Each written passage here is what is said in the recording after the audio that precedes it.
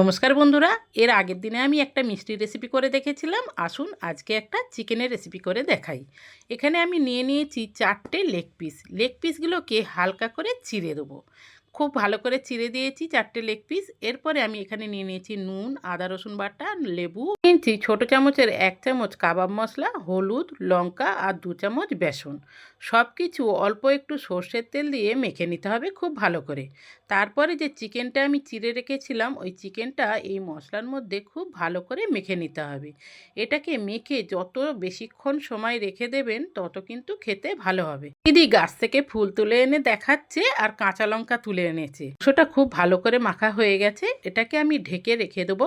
আমি এটাকে 2:30টার সময় মেখে রেখে দিলাম। সন্ধেবেলা এটাকে আমি রান্না করব।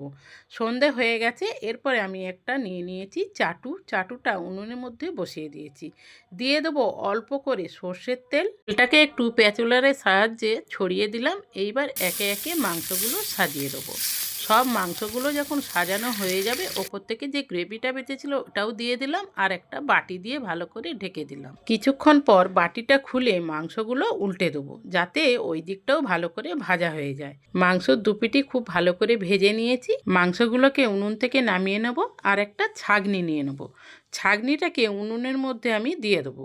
ছাঁকনির মধ্যে একে একে মাংসগুলো সাজিয়ে দেবো আর ওপর থেকে বাটার দিয়ে দেবো। এই যে বাটার দেওয়ার ফলে মাংসর অ্যারোমাটা আরও সুন্দর হয়ে যাবে। বাটারটাকে মাংসর গায়ে খুব ভালো করে লাগিয়ে দিলাম আর এখনও হালকা হালকা ঠান্ডা আছে। আপনারা কিন্তু একবার এইভাবে চিকেন তন্দুরি করে খেতে পারেন। ব্যাস তৈরি হয়ে গেল আমাদের সুস্বাদু চিকেন তন্দুরি। আপনারা একবার বাড়িতে অবশ্যই বানাবেন। ভিডিওটা যদি ভালো লেগে থাকে একটা লাইক করবেন, বেশি বেশি করে শেয়ার করবেন আর আমার চ্যানেলটাকে ফলো করে আমার পাশে থাকবেন।